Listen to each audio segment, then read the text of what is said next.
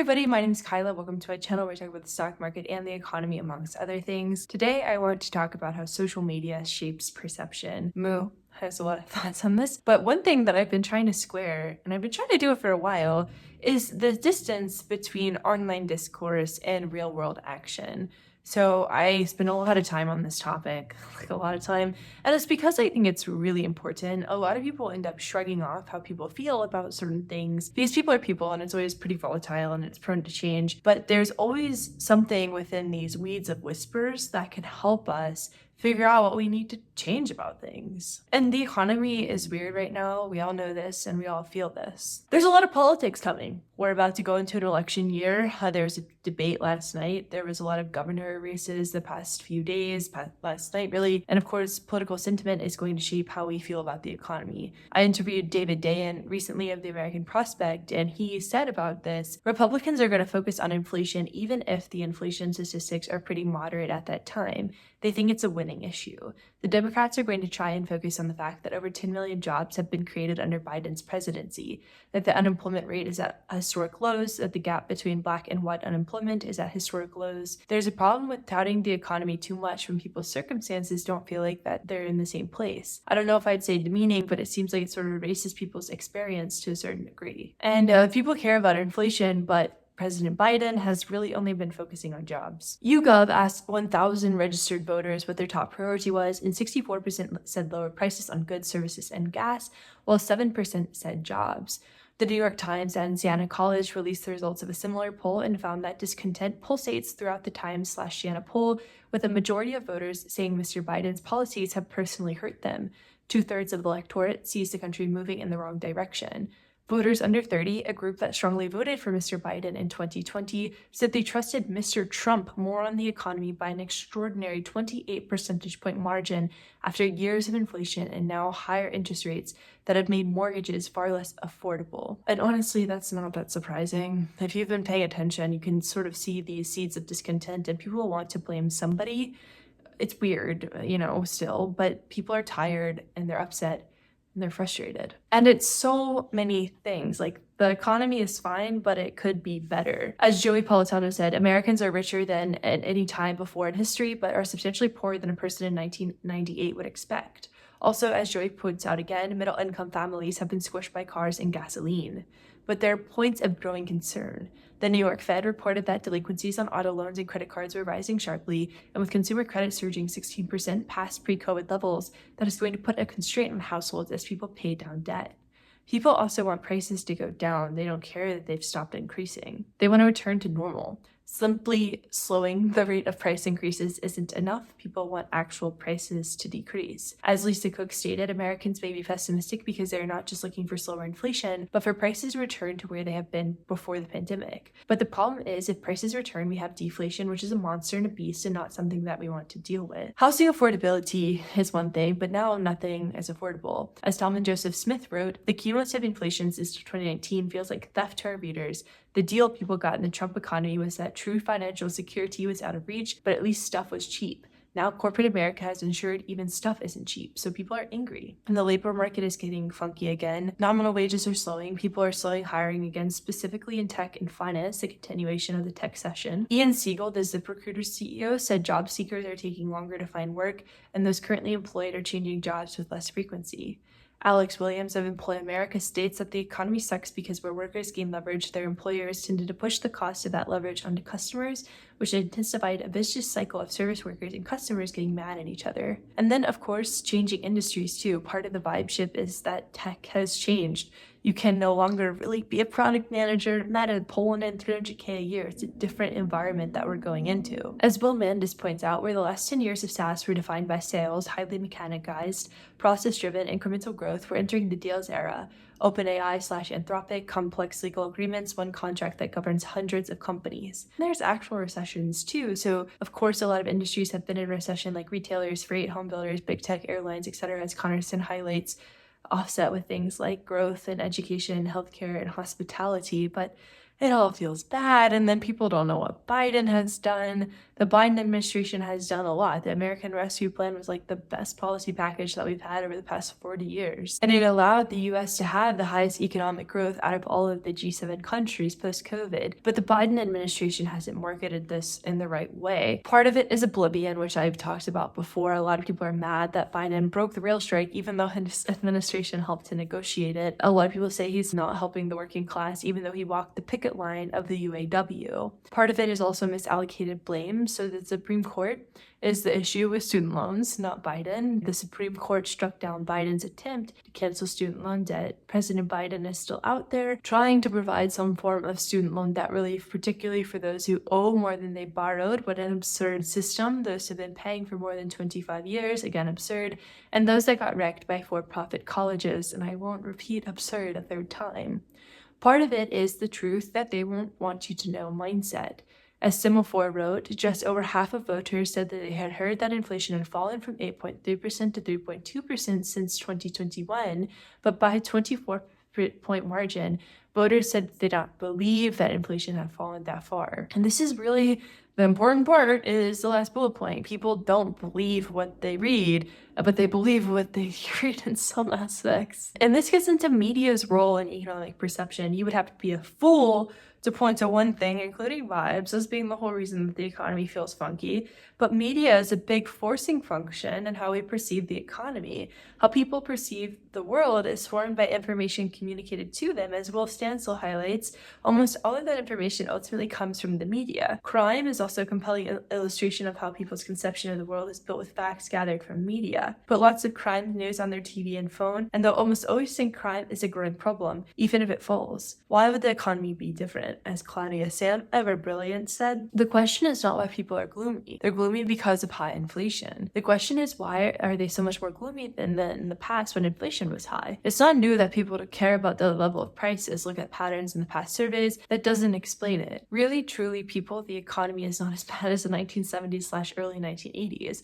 We do not have stagflation. We do not have a decade of big increases in the price level. But the news heard now is way worse. And this paper is a sentiment analysis of news headlines over times, and as you can see, it sucked. A part of this is the unfortunate business model of media. To drive clicks, you have to freak people out, and there are consequences to clickability. Like this Wall Street Journal headline that says the new headache for bosses, employees are quitting. And it's just like, what are we doing here, right? So no wonder people feel bad. You have an economy that feels tenuous at best, and major media outlets are touting things like, hey dude, I know things have been kind of hard and circumstances have been extraordinary, but consider quitting your job for your employer. Just quit. Just quit.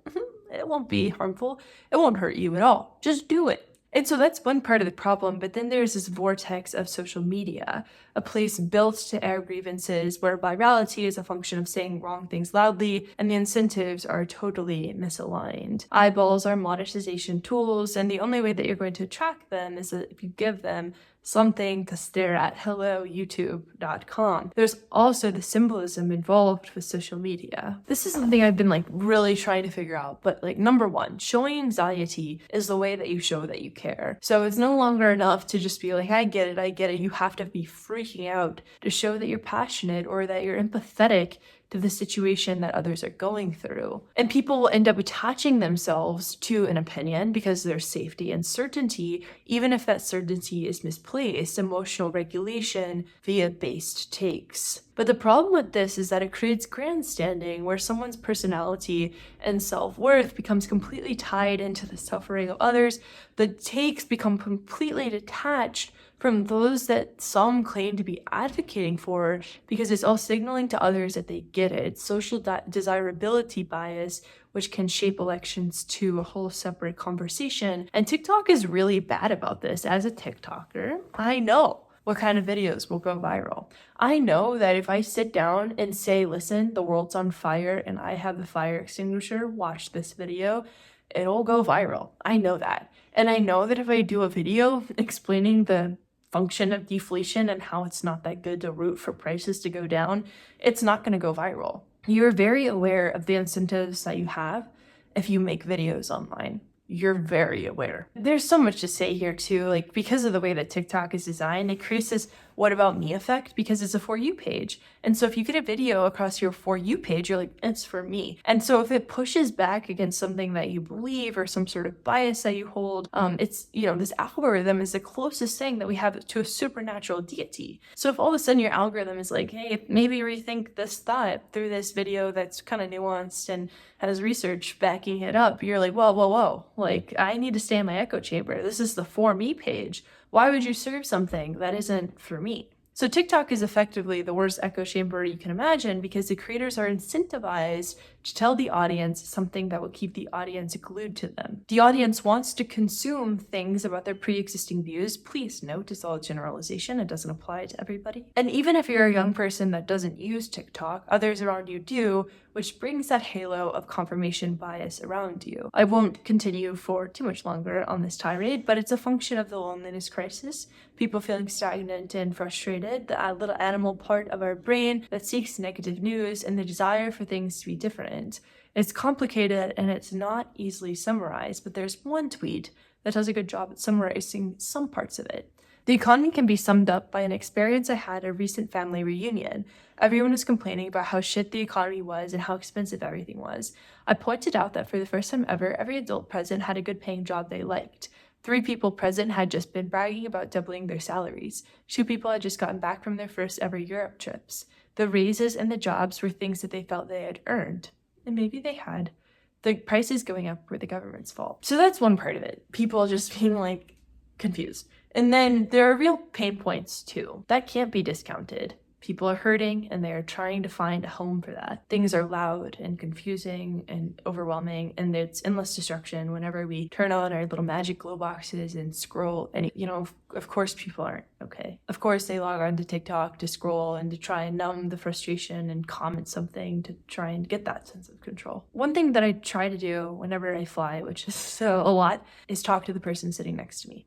I normally learn something utterly heartbreaking, like a lost child, divorce, a dream that they think they'll never achieve. But then I learned something totally magical, a mountain climb, a new job, a recently celebrated 60-year anniversary. I know I get really existential in these pieces, but I do think we owe it to ourselves and those around us to listen. People are nuts, but when they speak, it's often a reflection of something within them rather than a reflection of you. Sometimes they just need somebody to listen. But on a more tangible note, how do we fix this? So as Bharat Ramamurthy wrote with regards to people just caring about prices, one possible approach is to rapidly increase the supply of a good. That's essentially what the administration did with the SPR releases. A Treasury Department analysis found that those releases reduced gas prices by more than 30 cents a gallon. We happen to have a strategic reserve for oil, but we don't have one for steaks or bacon or other goods that have seen large price increases. The government's ability to engineer a big supply increase in short order is fairly limited, but not impossible. Another approach is through regulation. The administration enacted a law that capped insulin prices at $30 a month through Medicare. That was a large de facto price decrease. Not coincidentally, it was very popular. There are lots of creative ways to use regulation to cut prices, but almost all require congressional cooperation that doesn't seem very forthcoming right now, and it's important to consider downstream effects of such changes, including on supply. The bottom line is that people hate higher prices, even if higher income and government transfers leave them with much more capacity to cover higher prices than before, and will take real creativity for the government to produce the type of price cuts people want. And then from the brilliant piece, Remove Barriers to Productivity by Eli Dorado. If we can't counterbalance the supply shock in every granular manifestation, we can at least take action to boost productivity and aggregate supply. Macroeconomic textbooks don't focus on this policy lever because they assume that the supply side of the economy is already optimized. Yet, it is manifestly evident that the American society is not maximizing its productivity. If we wanted to raise American productivity, for example, we could simplify geothermal permitting, deregulate advanced meltdown-proof nuclear reactors, make it easier to build transmission lines, figure out why high-speed rail is so expensive, fix permitting generally, abolish the Jones Act, automate our ports, allow drones to operate autonomously, legalize supersonic flight over land, reduce occupational licensing requirements, train more medical workers, build more hospitals, revamp our pandemic response institutions, simplify drug approvals, deregulate land use to allow denser housing and mixed-use neighborhoods, allow more immigrants, cancel inefficient programs, restrict cost-plus procurement contracts in favor of more effective methods, and appropriations based on job creation, avoid political direction of scientific research, and instill urgency in grant making. the complexity of economic sentiment is something I think we kind of look over. And I think a lot of people are talking about it now, but there's tangible hardships that people face. And I feel like when I wrote Vibe Session, I did not incorporate a lot of that. But there are tangible there's a reason that people feel bad. People aren't just out here like, vibes off. Vibes are off for a reason. That's the most important thing here. The disconnect between economic data and public perception highlights the importance that all media has in shaping how people feel about the economy, because how people feel matters. It matters. The government's trying to do its best, but that needs to be communicated more clearly to rebuild trust. As we approach another election year, it is essential that both media and policymakers not only address the statistics, but also the stories behind them, because the economy is people, after all. And of course, a poem by Jane Hirschfield, A Cottony Fate. Long ago, someone told me, avoid ore. It troubles the mind as held out pieces of meat disturbs a dog. Now I too am 60. There was no other life. If you like this piece, it's at kyla.substack.com. It's also a podcast version on Let's Appreciate. I'm on TikTok, I'm on Instagram, I'm on Twitter, I'm everywhere. I hope that you all are doing okay. I will be back soon. If you have feedback, questions, comments, thoughts, concerns, please leave them in the description box below. If you like this video, please share it with a friend. It really helps. And I'll talk to you very soon.